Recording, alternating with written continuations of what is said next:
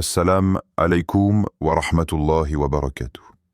Aujourd'hui, nous sommes mardi 13 janvier 2026. Un jour ordinaire. Mais parfois, Allah choisit les jours ordinaires pour y cacher des portes extraordinaires.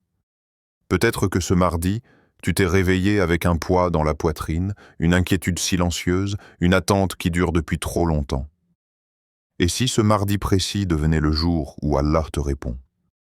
Reste avec moi jusqu'à la fin, car l'invocation que nous allons évoquer peut, par la permission d'Allah, changer beaucoup plus que tu ne l'imagines. Si toi aussi tu attends une ouverture ce mardi, écris simplement en commentaire « Hasbiya Allah ». Et si tu veux que ces rappels t'accompagnent chaque semaine, abonne-toi maintenant, car parfois, un rappel entendu au bon moment suffit à sauver un cœur. N'hésite pas à partager ce rappel à quelqu'un qui traverse un mardi difficile. Ici, sur Voix du Tawhid, la parole est un rappel, la voix est une invitation, et chaque message est un retour sincère vers Allah subhanahu wa ta'ala. Un espace pour réveiller les cœurs fatigués, renforcer la foi dans les moments de doute et revenir à l'essentiel.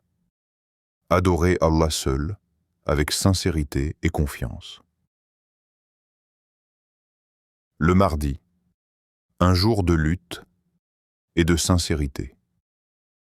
Le mardi est souvent un jour silencieux, un jour qui ne fait pas de bruit, un jour sans événement particulier, sans éclat apparent. Et pourtant, pour beaucoup de cœurs, le mardi est lourd.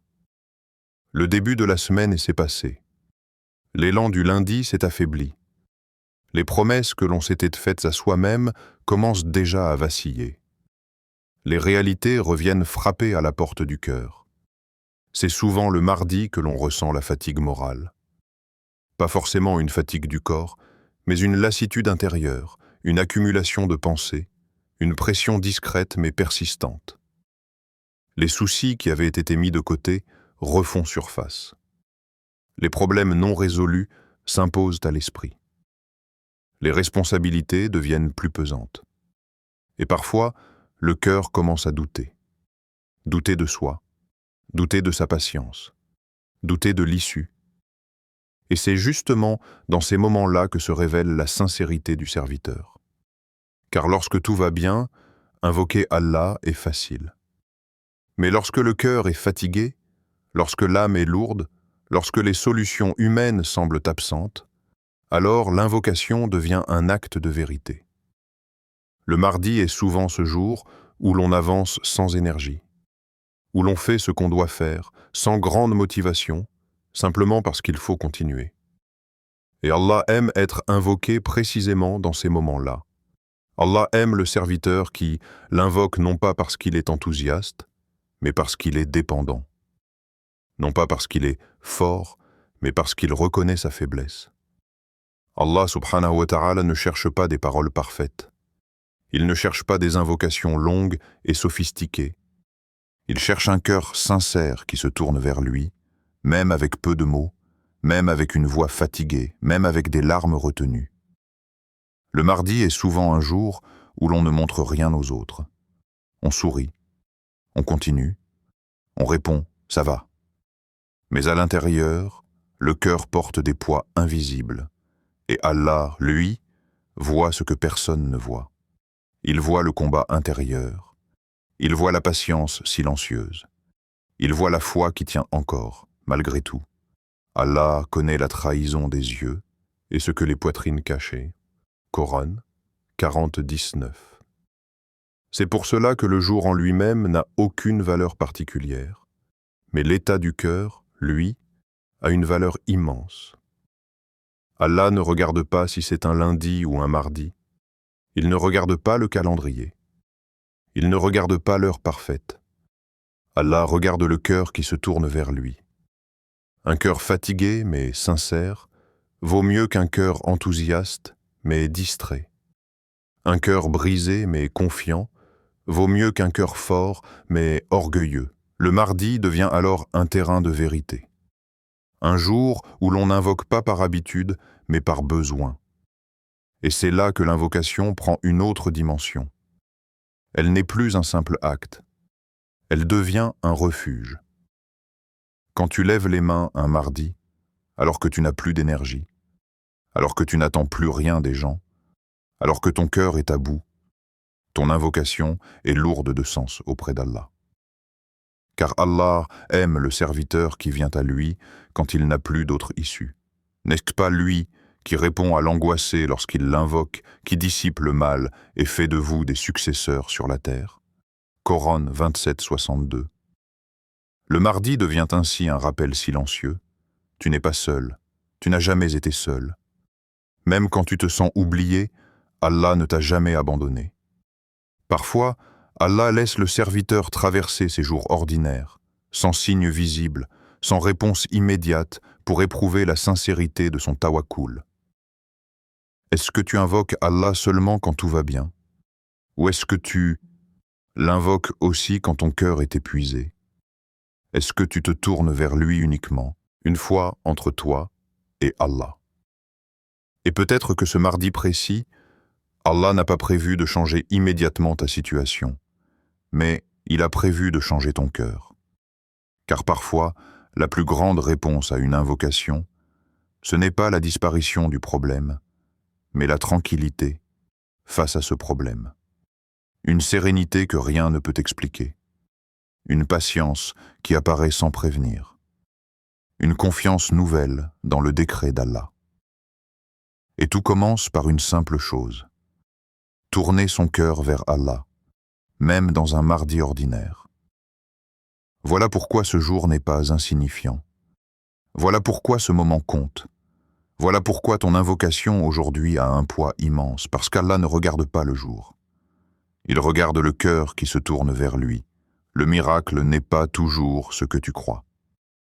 Quand on entend le mot miracle, l'esprit humain imagine souvent quelque chose de spectaculaire.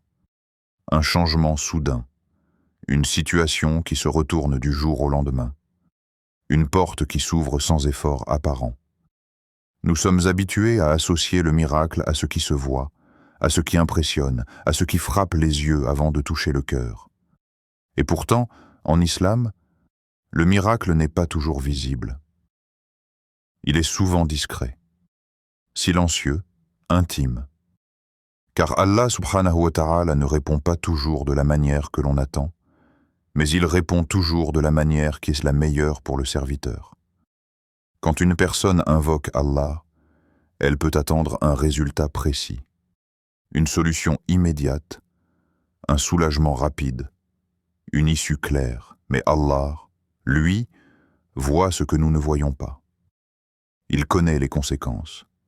Il connaît l'avenir. Il connaît les effets cachés de chaque chose.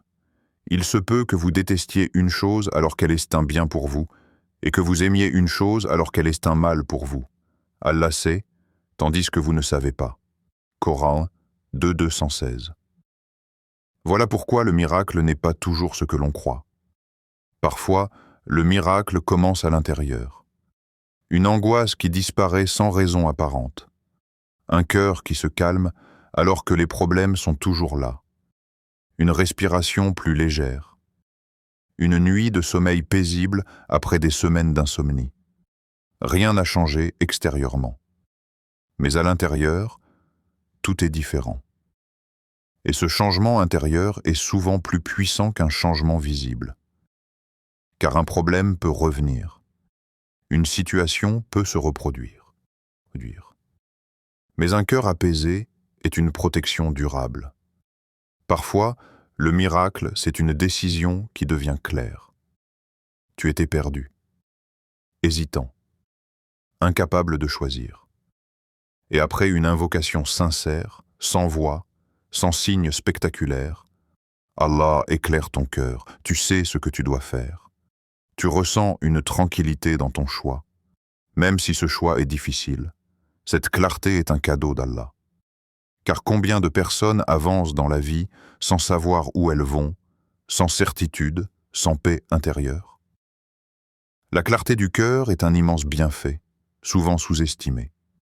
Parfois encore, le miracle, c'est une patience nouvelle, une patience que tu n'avais pas avant. Tu continues à traverser l'épreuve, mais elle ne t'écrase plus. Tu supportes ce que tu pensais insupportable. Ce n'est pas que la difficulté a disparu, c'est que ton cœur a été renforcé. Allah n'impose à aucune âme une charge supérieure à sa capacité. Coran 2:286. Quand Allah te donne la patience, il te donne en réalité la capacité de traverser ce qu'il a décrété. Et parfois, le miracle est totalement invisible. Un mal qu'Allah détourne sans que tu le saches. Une épreuve qui aurait pu être plus grave. Une porte qui ne s'est pas ouverte et qui, si elle s'était ouverte, t'aurait causé du tort. Tu ne le verras peut-être jamais. Tu n'en sauras peut-être rien. Mais Allah l'a fait par miséricorde. Combien de fois Allah protège son serviteur sans qu'il ne s'en rende compte? Un accident évité. Une mauvaise rencontre annulée. Un projet échoué qui aurait détruit ta foi. Et tout cela peut être la réponse à une invocation oubliée. Le prophète nous a enseigné que l'invocation du serviteur est toujours exaucée, d'une manière ou d'une autre. Parfois, Allah donne ce que le serviteur demande. Parfois, il repousse un mal équivalent. Parfois, il réserve la récompense pour l'au-delà. Aucune invocation sincère n'est perdue, même si tu ne vois rien, même si tu penses que rien ne s'est passé. Car Allah ne gaspille pas les invocations, il ne les ignore pas, il les transforme. Et souvent, le plus grand obstacle à reconnaître le miracle, c'est notre attente limitée. Nous voulons une réponse précise, un timing précis, une forme précise. Mais Allah n'est pas limité par nos attentes. Il agit selon sa sagesse parfaite. Parfois, il retarde la réponse pour rapprocher davantage le serviteur de lui, pour multiplier les invocations, pour purifier l'intention. Car plus le serviteur invoque, plus il se rapproche d'Allah. Et ce rapprochement est en soi un miracle. Un cœur qui invoque encore, mal, et peut-être que le véritable miracle, ce n'est pas que ta situation change, mais que ta foi ne s'éteigne pas. Car beaucoup ont perdu leur foi à cause d'une attente mal comprise. Ils ont cru qu'Allah ne les avait pas entendus. Ils ont cru que leur invocation était vaine. Alors qu'Allah les écoutait, les protégeait, les guidait d'une manière qu'ils ne voyaient pas. Chaque invocation sincère produit un effet, même invisible, même retardé, même transformé. Et le jour où tu comprendras cela, ton cœur invoquera Allah non plus seulement pour recevoir, mais par amour, par confiance, par soumission. Et c'est à ce moment-là que les miracles les plus profonds se produisent. La force de la répétition. Dans la relation entre le serviteur et son Seigneur, l'invocation n'est pas un simple acte ponctuel. Elle est un lien vivant, un retour constant, une porte que l'on frappe encore et encore. Le prophète comprenait cette réalité mieux que quiconque. Il répétait ses invocations, il insistait, il revenait vers Allah sans lassitude, non par doute, mais par certitude. Car répéter une invocation, ce n'est pas croire qu'Allah n'a pas entendu la première fois. C'est au contraire affirmer que lui seul peut répondre. Le prophète aimait répéter ses demandes, surtout dans les moments importants. Lorsqu'il demandait pardon, il le demandait plusieurs fois. Lorsqu'il invoquait pour la guidance, il persistait. Lorsqu'il cherchait protection, il insistait. Cette répétition n'était pas un rituel vide, mais une expression profonde de dépendance envers Allah. Dans notre monde, lorsqu'une personne répète sa demande, on peut croire qu'elle doute ou qu'elle insiste trop, mais avec Allah, c'est l'inverse. Allah aime l'insistance du serviteur. Il aime celui qui revient, celui qui frappe encore, celui qui ne se détourne pas. Invoquez-moi, je vous répondrai. Coran 40-60. Ce verset n'est pas une promesse conditionnée par le nombre de répétitions, mais une invitation à ne jamais cesser d'invoquer. Répéter une invocation 100 fois, Ce n'est pas utiliser un chiffre magique. Ce n'est pas réciter machinalement. Ce n'est pas une formule automatique. C'est un acte de persévérance. C'est dire à Allah, « Ô Seigneur, je n'ai personne d'autre que toi. Je reviens encore parce que mon besoin est réel. » Chaque répétition est une preuve d'humilité, une reconnaissance de faiblesse, une déclaration silencieuse. Ya Allah, je dépends entièrement de toi. Dans l'adoration, la répétition purifie l'intention. Les premières invocations peuvent être distraites. L'esprit vagabonde. Le cœur est ailleurs. Mais en répétant, le cœur s'apaise. L'âme se concentre. Les paroles descendent plus profondément. Au bout de plusieurs répétitions, l'invocation cesse d'être une phrase, elle devient un état du cœur. C'est là que la répétition prend tout son sens. Répéter une invocation, c'est aussi lutter contre l'impatience. Car l'impatience est un ennemi silencieux de la foi. Le serviteur dit « J'ai invoqué, mais rien ne s'est passé ». Et peu à peu, il se décourage. Mais le prophète a mis en garde contre cette attitude. Il a enseigné que l'invocation est exaucée tant que le serviteur ne se précipite pas en disant « J'ai invoqué, mais je n'ai pas été exaucé ». La répétition protège le cœur de cette précipitation. Elle apprend au serviteur à attendre avec confiance, à persévérer sans condition, à invoquer sans exiger. Répéter une invocation 100 fois, c'est aussi discipliner l'âme. L'âme aime la facilité. Elle se lasse vite. Elle abandonne rapidement.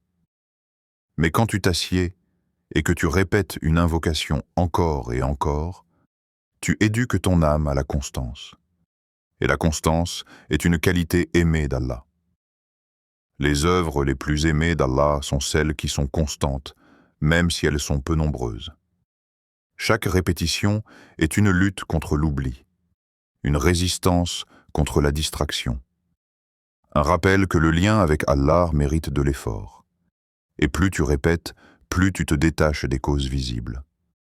Au début, tu invoques en pensant encore aux solutions humaines, aux plans, aux personnes, mais en répétant, ton cœur se vide progressivement de tout cela. Il ne reste qu'Allah. C'est là que le tawhid s'approfondit. Tu comprends alors que la répétition n'est pas faite pour convaincre Allah, mais pour transformer ton cœur.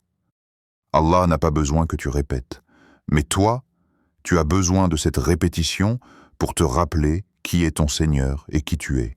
Un serviteur faible, dépendant, mais honoré par l'invocation. Répéter une invocation 100 fois, c'est aussi un acte d'espoir, même si tu n'as pas vu de résultat jusqu'ici. Même si l'épreuve dure, même si le silence te pèse. Chaque répétition dit « Je crois encore, je fais encore confiance, je ne ferme pas la porte ». Et Allah n'aime pas fermer la porte à celui qui insiste avec respect et sincérité. Parfois, Allah retarde la réponse juste pour entendre encore la voix de son serviteur. Et peut-être que la véritable réponse n'est pas dans la fin de l'épreuve, mais dans ce lien renforcé créé par la répétition. Voilà pourquoi répéter une invocation n'est jamais inutile, jamais perdu, jamais vain. C'est une école de foi, une école de patience, une école de tawhid. Et celui qui persévère dans l'invocation ne perd jamais, même s'il ne voit pas immédiatement le résultat. Car Allah a promis « Invoquez-moi, je vous répondrai ». Et Allah ne manque jamais à sa promesse. L'invocation à répéter 100 fois. Aujourd'hui, mardi 13 janvier 2026, nous ne sommes pas face à une simple formule à réciter. Nous sommes face à une déclaration de foi, une parole lourde de sens, une invocation qui résume toute la relation entre le serviteur et son Seigneur. Hasbiya Allah, la ilaha illa huwa, alayhi tawakkaltu, wa huwa rabbul arshil azim. Cette invocation n'est pas nouvelle. Elle a été prononcée par les croyants sincères dans les moments de peur, dans les instants d'abandon apparent, dans les situations où toutes les causes humaines semblaient épuisées. Répéter cette invocation aujourd'hui, ce mardi précis, ce n'est pas un acte banal, c'est un positionnement du cœur. Quand tu dis « Hasbi Allah », tu dis en réalité « Oh Allah, tu me suffis », même si personne ne m'aide, même si la solution tarde, même si je ne comprends pas. C'est une parole qui ferme la porte à la dépendance excessive envers les créatures et qui ouvre grand la porte de la confiance en Allah. Beaucoup disent ces mots sans les ressentir. Mais aujourd'hui, l'invitation est différente. Aujourd'hui, il s'agit de les dire avec présence du cœur. Car une invocation sans présence est comme une lettre sans destinataire. Lorsque tu dis « Hasbi Allah », prends un instant. Ressens ta faiblesse. Reconnais ton besoin. Car cette parole n'est vraie que lorsqu'elle vient d'un cœur conscient de son incapacité. Puis viennent ces mots « La ilaha illa huwa ». Il n'y a de divinité que lui. Ce n'est pas une simple phrase, c'est le cœur du tawhid. Cela signifie « Personne ne contrôle réellement les événements sauf Allah. Personne ne détient la clé de ton soulagement sauf lui. Personne ne peut changer ton destin sans sa permission. » En répétant ces mots, tu retires de ton cœur toute illusion de contrôle, toute dépendance cachée, toute attente excessive envers les causes visibles. Tu affirmes que ton espoir ultime est Allah, et non les circonstances. Puis tu dis « Alayhi tawakkaltu » En lui, je place ma confiance. Le tawakkul n'est pas de rester passif. Ce n'est pas d'abandonner l'effort. C'est confier le résultat à Allah après avoir fait ce que tu pouvais. En répétant ces mots, tu dis « Oh Allah, j'ai fait ce que j'ai pu. Maintenant, je te confie ce que je ne peux pas contrôler. » C'est une libération intérieure. Car beaucoup de souffrances viennent du désir de tout maîtriser, de tout prévoir, de tout comprendre. Le tawakkul soulage le cœur en lui rappelant qu'il n'est pas fait pour porter tout le poids du monde. Enfin, tu dis « Wa huwa rabbul arshil azim » et il est le Seigneur du trône immense. Le trône, arche, est la plus grande des créatures. Et Allah en est le Seigneur. En disant cela, tu rappelles à ton cœur que celui à qui tu te confies est au-dessus de toute chose. Celui qui gère les cieux et la terre, n'est-il pas capable de gérer ton problème? Celui qui maintient l'univers en équilibre, n'est-il pas capable d'apaiser ton cœur? Cette phrase redonne à Allah sa juste place dans ton esprit. Et elle réduit ton problème à sa vraie taille, car aucun souci n'est grand face à la grandeur d'Allah. Maintenant, pourquoi répéter cette invocation 100 fois? Ce n'est pas pour atteindre un nombre symbolique. C'est pour laisser ces paroles descendre du langage vers le cœur. Les premières répétitions peuvent être mécaniques. L'esprit peut encore vagabonder. Mais peu à peu, les mots pénètrent. Chaque répétition enlève une couche de peur. Chaque répétition affaiblit l'angoisse. Chaque répétition renforce la confiance. Répète-la lentement, car la lenteur oblige à la conscience. Elle empêche la récitation automatique. Répète-la sincèrement, même si ta voix est faible, même si tes larmes sont retenues, même si ton cœur est lourd. Répète-la comme si ta vie en dépendait. Non pas parce que cette phrase est magique, mais parce que ta relation avec Allah est essentielle. À la fin de ces 100 répétitions, ne cherche pas immédiatement un signe. Ne scrute pas ton cœur, ne teste pas Allah. Reste simplement quelques instants en silence. Et sache une chose. Même si tu ne ressens rien sur le moment, quelque chose s'est passé. Car un cœur qui se tourne sincèrement vers Allah ne repart jamais comme il est venu. Peut-être que l'effet sera immédiat. Peut-être qu'il sera progressif. Peut-être qu'il sera invisible. Mais Allah a entendu. Allah a noté. Allah a répondu. d'une manière ou d'une autre. Et peut-être que ce mardi 13 janvier 2026 sera pour toi. Confie ton problème à Allah. Avant même de prononcer une invocation, avant même de lever les mains, il y a un acte plus profond encore. Déposer son problème devant Allah. Pas avec des mots compliqués, pas avec de longues explications, mais avec un cœur honnête, fatigué peut-être, mais sincère. Aujourd'hui, prends un instant réel, un instant de silence, dépose ton problème dans ton cœur. Ne cherche pas à le formuler parfaitement, ne cherche pas à le justifier, ne cherche pas à l'embellir. Allah n'attend pas un discours, il attend une vérité intérieure. Beaucoup de gens parlent de leurs problèmes, ils les racontent, ils les répètent, ils les expliquent, mais très peu les confient réellement à Allah. Confier un problème à Allah, ce n'est pas simplement en parler. C'est cesser de le porter seul. C'est accepter que ton cœur est limité, que ta force est insuffisante, que ta compréhension est incomplète. Et cette reconnaissance n'est pas une faiblesse. C'est un acte d'adoration. Allah aime le serviteur qui se présente devant lui, non pas comme quelqu'un qui maîtrise tout, mais comme quelqu'un qui a besoin. Allah veut pour vous la facilité, et il ne veut pas la difficulté pour vous. Coran 285. Ne le dis à personne. Pas parce que parler est interdit, mais parce qu'il y a des douleurs qui ne trouvent de repos que lorsqu'elles sont déposées chez Allah seul. Car les gens écoutent avec leurs limites. Ils conseillent avec leur expérience. Ils jugent parfois sans le vouloir. Mais Allah écoute sans limite. Il comprend sans explication. Il accueille sans condition. Quand tu dis ton problème à Allah, tu n'as pas besoin de détails. Tu n'as pas besoin de chronologie. Tu n'as pas besoin de justification. Allah connaît ton problème avant même que tu ne le ressentes pleinement. Ne sait-il pas, lui qui a créé, alors qu'il est le subtil, le parfaitement connaisseur? Coran 67, 14. Ce que Allah attend, ce n'est pas l'information, mais l'orientation du cœur.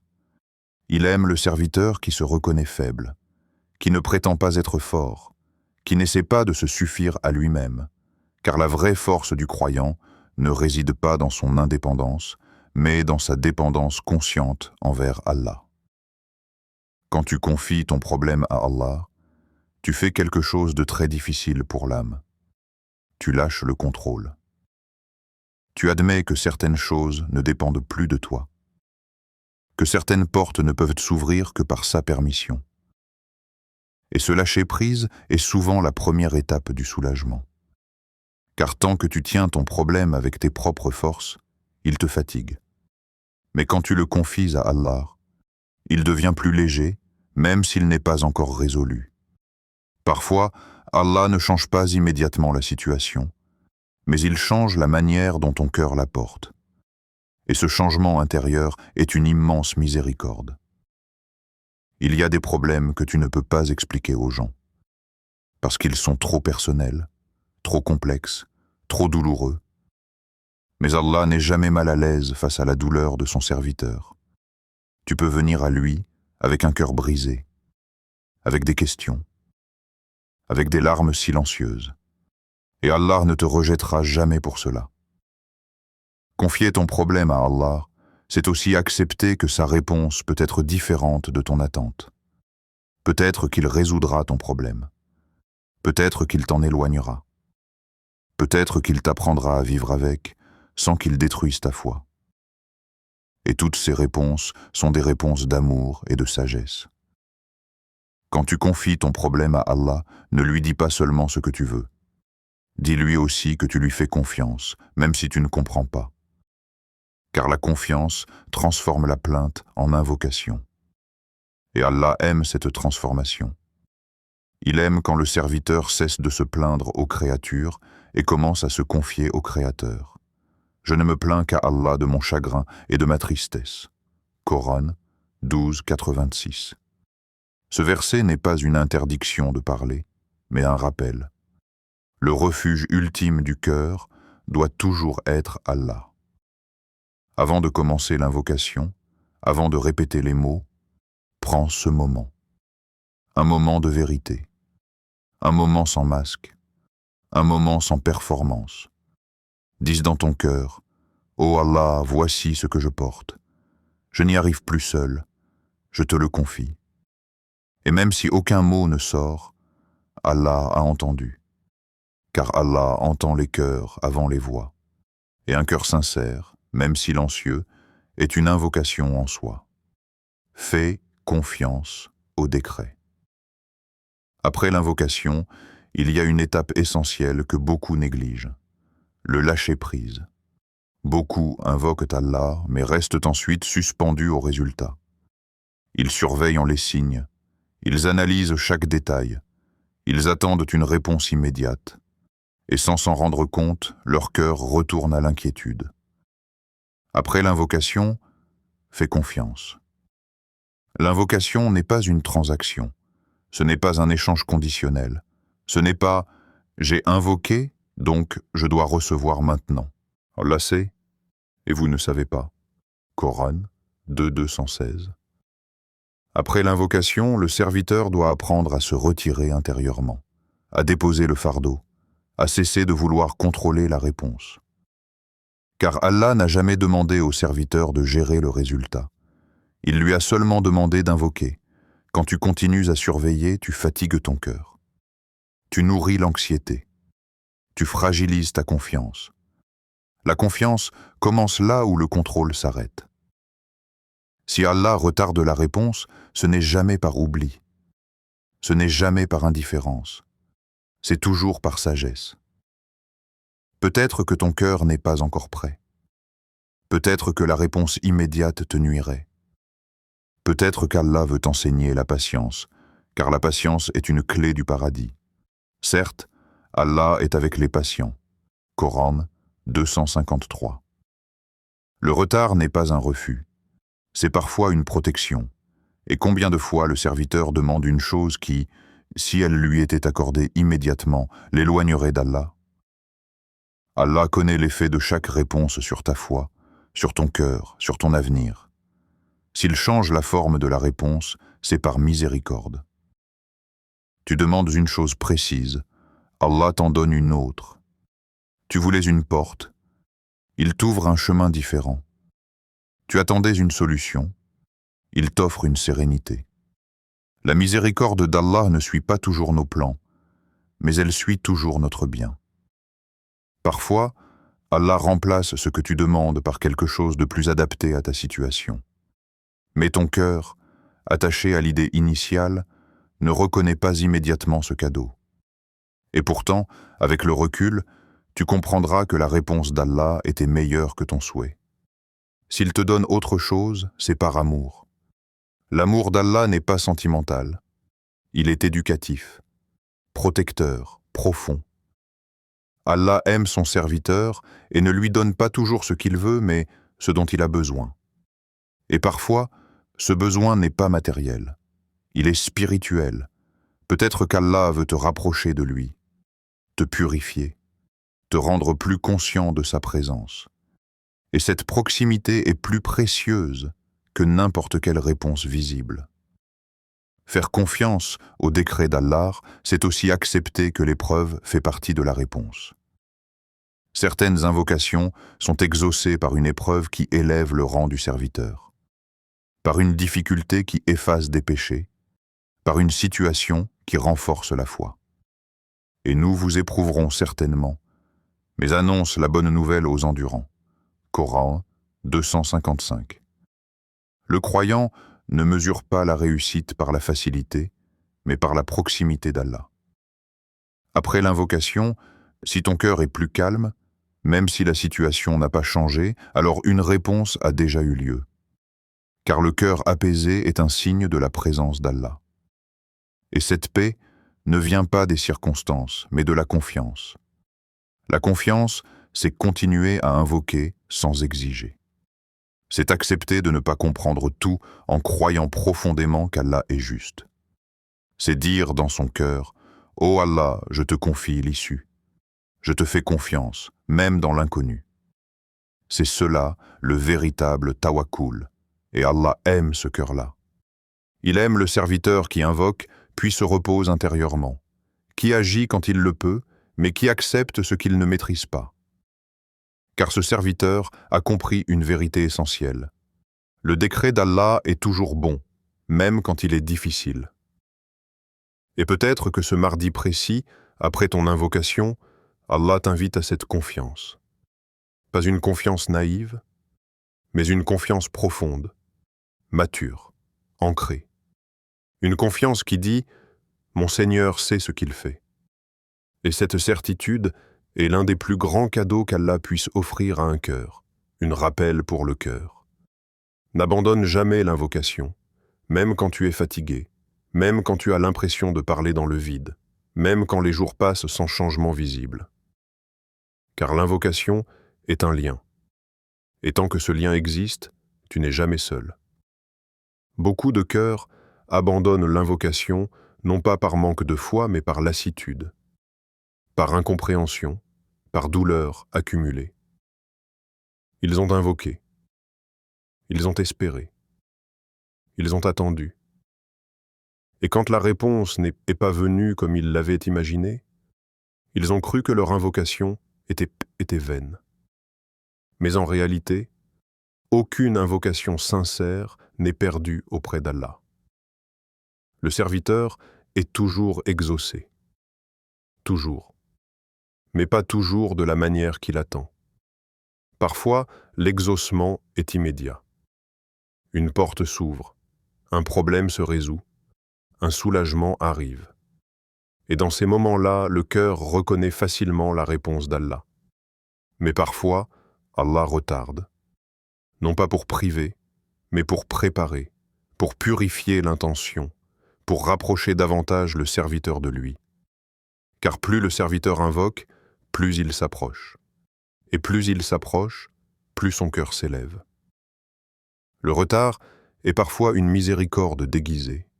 Parfois encore, Allah n'accorde pas ce que le serviteur demande, mais il lui donne un bien plus grand, le serve.